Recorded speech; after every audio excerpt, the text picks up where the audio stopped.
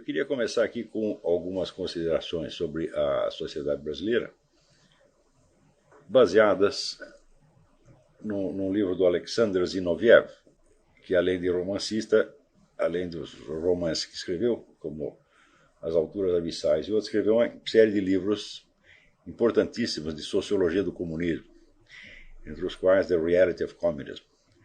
Há um trecho ali que me parece bastante útil para o esclarecimento da presente situação na sociedade brasileira. Ele começa explicando que as várias sociedades que existem, elas têm que, ao mesmo tempo, criar um espaço na natureza, criar um espaço terrestre e explorar os recursos ali existentes, e tem que conviver com outras sociedades. Mas, ao mesmo tempo, dentro da sociedade, existem os grupos menores dentro dos quais as pessoas convivem. Então, se você tomar o conjunto das pessoas com quem você tem alguma ligação direta ou mais ou menos direta, isso é o que ele chama uma comuna. E ele diz que para as comunas, o objeto natural, o objeto imediato de convivência não é a sociedade como um todo, nem muito menos as outras sociedades existentes, e nem muito menos o ambiente físico terrestre, mas sim as outras comunas. Tá certo? Ele diz que dentro dessas comunas, na relação entre as pessoas e na relação entre as várias comunas, há uma série de regras práticas que visam a defesa do indivíduo dentro da comuna e defesa da comuna em face das outras. E há uma série de regras práticas que são mais ou menos universais e que nada tem a ver, vamos dizer, com as leis gerais da comunidade e nem muito menos com os princípios que mantêm as comunidades coesas e que mantêm a unidade social. São regras, vamos dizer, que visam exclusivamente a defesa da posição do indivíduo e da comuna em face dos outros indivíduos e das outras comunas, e que visam, evidentemente, a obter para cada um a melhor posição possível. Essas regras, como elas são alheias às normas sociais gerais, elas podem até entrar em contradição com elas, mas são regras perfeitamente identificáveis, das quais ele cita algumas. Arriscar o mínimo para ganhar o máximo. Bom, essa é uma regra que todo mundo segue, até as pessoas, vamos dizer, de mais alta moralidade, sempre estão fazendo isso, né? Minimize a responsabilidade pessoal e maximize as possibilidades de distinção do estatuto social. Isso aqui não há nada de mal nem maquiavélico nisso. Isso aí simplesmente são reações naturais para a autodefesa do indivíduo, né? Minimize a sua dependência em relação aos outros e maximize a dependência dos outros em relação a você, e assim por diante. Isso aí você vai ver que mesmo as pessoas de conduta moral mais elevada, elas fazem isso o tempo todo porque é uma questão de sobrevivência. E ele diz que a civilização se constrói, em grande parte, na base de que a sociedade cria princípios e regras que controlam e mantêm as regras comunais dentro do limite do tolerável. Porém, quando esses princípios gerais que estruturam a sociedade, como, por exemplo, a religião, a moral, as leis, etc., começam a falhar ou se dissolvem, ou quando elas não têm indivíduos, não têm representantes que as façam valer, então as regras comunais, elas se tornam, vamos dizer, o princípio geral da sociedade. Elas deixam de ser regras comunais e extravasam para a sociedade inteira. Então, aí o que acontece é o seguinte. Por exemplo, para dar um exemplo, a função de patrão, de chefe, de gerente, é socialmente melhor do que a posição do empregado. Isso é óbvio para todas as pessoas normais. Portanto, essa função não deve ser preenchida por pessoas cheias de ideais bondosos ou por mártires. É uma posição para pessoas que lutam ferrenhamente. E quanto mais alta a posição delas, mais intensa será a luta. Quer dizer que entre os vários chefes, os vários patrões, né, há uma concorrência e também há uma concorrência dele com os seus próprios subordinados para ele manter a posição. Né? Esse é um exemplo de convivência no nível comunal. Ele diz que quando as instituições da sociedade maior não existem, ou quando estão fracamente desenvolvidas, ou quando estão num estado de dissolução, então as forças da comunalidade vão conquistar uma grande força e determinar a fisionomia do país. E realmente o caráter das instituições nominalmente designadas para proteger as pessoas dos efeitos dessas mesmas regras comunais. O que se desenvolverá então é um tipo de sociedade no qual florescerão a hipocrisia, a violência, a corrupção, a má administração, a irresponsabilidade, a chantagem, desonestidade, vagabundagem, desinformação, engodo e um sistema de cabide de empregos para o que ele chama privilegência, né? Usando a palavra inteligência, então tem a privilegência. Com esse respeito, aparece então uma valoração pervertida do valor dos próprios indivíduos na sua luta pela autoafirmação. Nulidades serão exaltadas e personalidades significativas serão rebaixadas. Cidadãos moralmente superiores serão submetidos à perseguição e os indivíduos mais talentosos e ativos serão rebaixados ao nível dos medíocres e incompetentes. Mas ainda não são necessariamente as autoridades que fazem isso. Os colegas, os amigos, os vizinhos, os companheiros de trabalho fazem tudo o que podem para impedir um homem talentoso de revelar sua individualidade ou o homem ativo de ascender na sociedade. Essa tendência assume um caráter de massa e invade todos os aspectos da vida.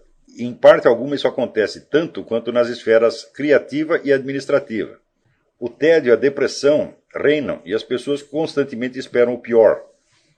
A sociedade desse tipo está condenada à estagnação e à crônica decadência se ela não encontra dentro de si forças que possam se opor a essa tendência. Mais ainda, esta situação pode durar séculos. Eu acho que isso aqui é uma descrição perfeita do estado da sociedade brasileira. Porque, vamos dizer, as regras que ele chama comunais ou comunitárias, como se queira, elas são universais. Sem elas, o cidadão simplesmente não pode sobreviver.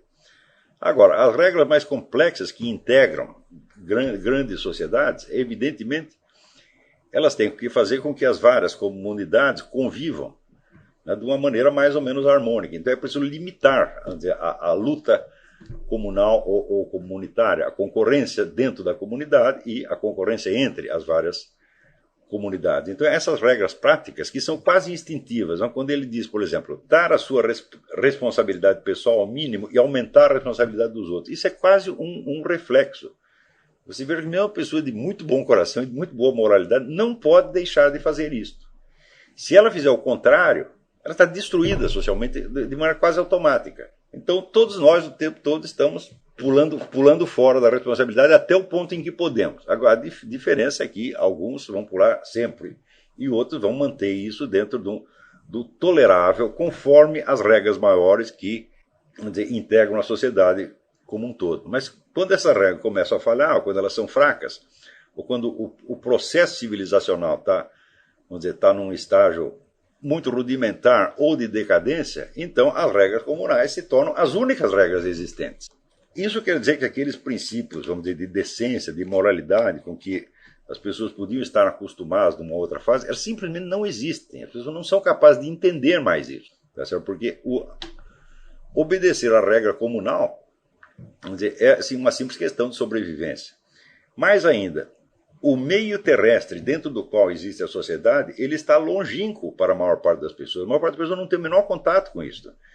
Quer dizer, quantas pessoas dentro do Brasil, por exemplo, trabalham com agricultura e tem que, vamos dizer, contar ali com as estações do ano, com as tempestades, com a seca, etc, etc. É um número ínfimo de pessoas.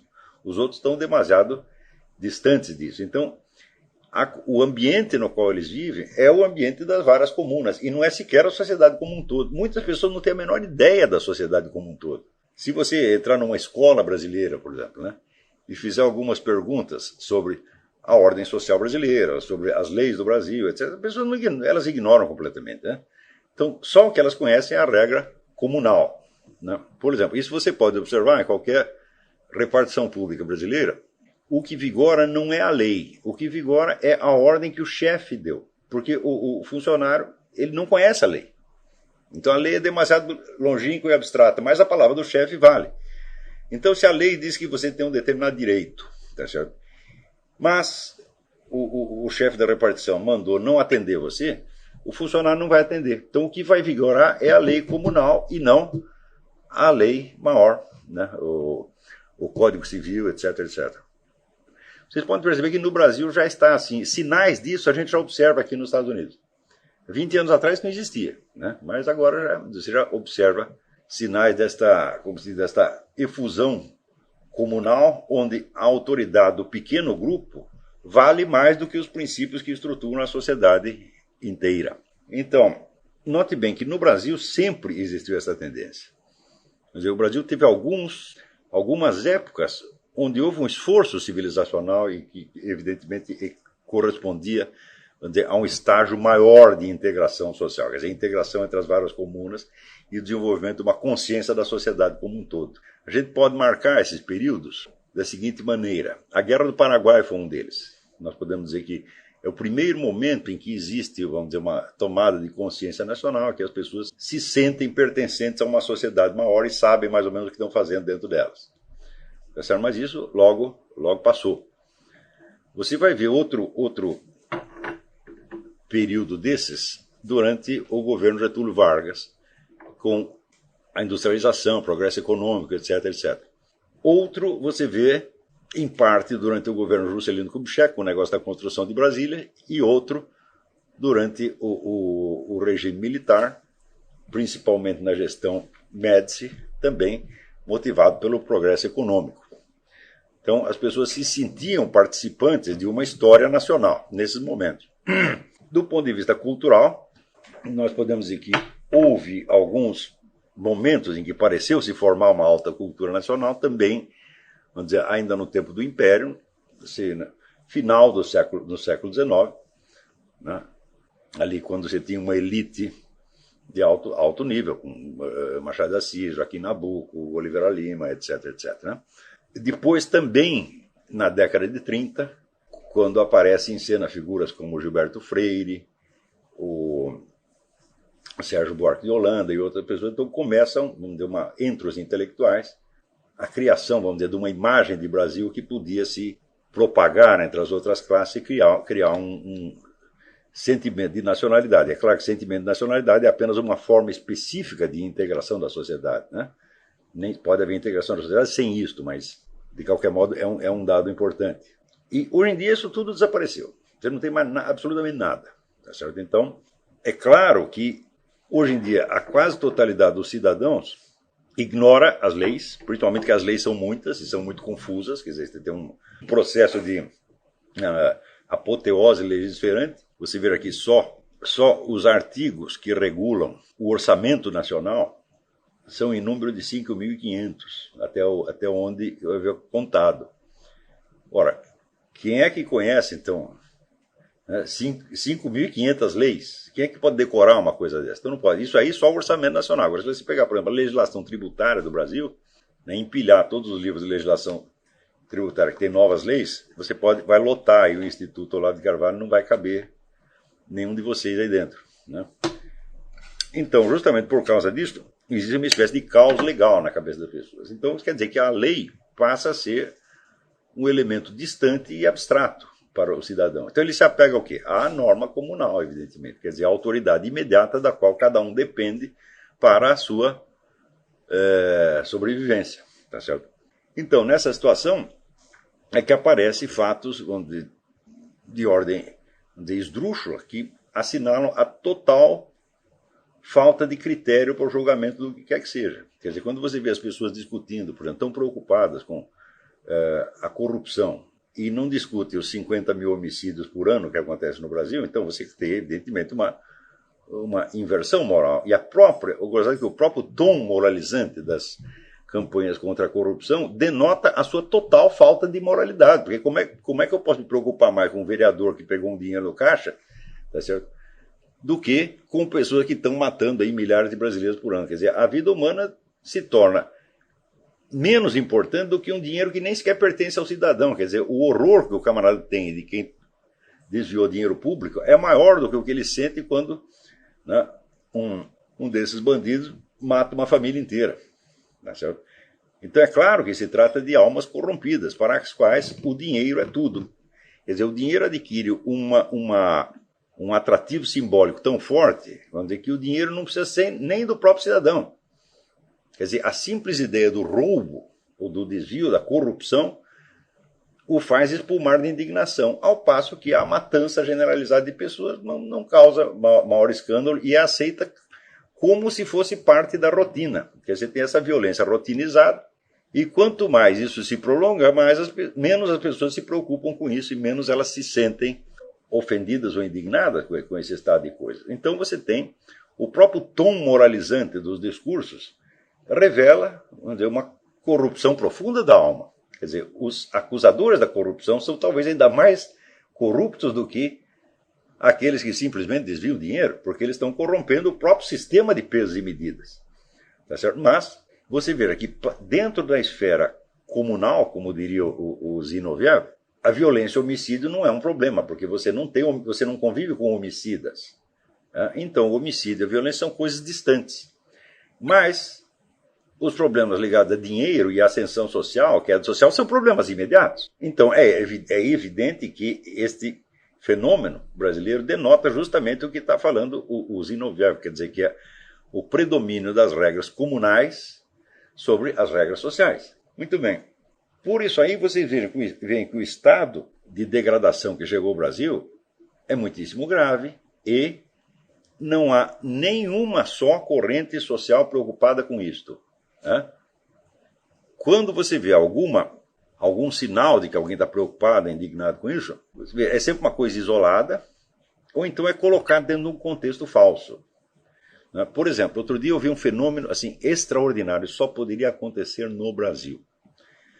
Pegaram um candidato militar, chamado Capitão Almeida, e o Capitão Almeida está, vamos dizer, apelando ao voto dos militares e usando toda a linguagem moralizante, o combate à corrupção, etc. Acontece o seguinte, o Capitão Almeida pertence ao PT. Então você vê que o próprio partido, e é o partido do mensalão, lança então um candidato para parasitar a linguagem, vamos dizer, de velhos militares que estão indignados com a corrupção. Note que ele está explorando a fraqueza desses próprios grupos. Por exemplo, eu recebo muitas mensagens de grupos militares aqui. Eu vejo que sempre eles voltam à mesma tônica. Corrupção, dinheiro público, né? Tipo, a mentalidade do petróleo é nosso, né? Quer dizer, estão roubando nosso território, a cobiça internacional querendo pegar a Amazônia, é sempre aquela mesma coisa. Dos 50 mil homicídios ninguém fala, tá certo? Então você vê que este pessoal, que evidentemente não é esquerdista, não é comunista, não é petista, eles têm esta fraqueza intrínseca, quer dizer, eles também têm uma mentalidade corrompida, onde, vamos dizer, o valor financeiro, o valor do território está infinitamente acima, vamos dizer, da dignidade da vida humana. Então, por isso mesmo, eles são ludibriáveis.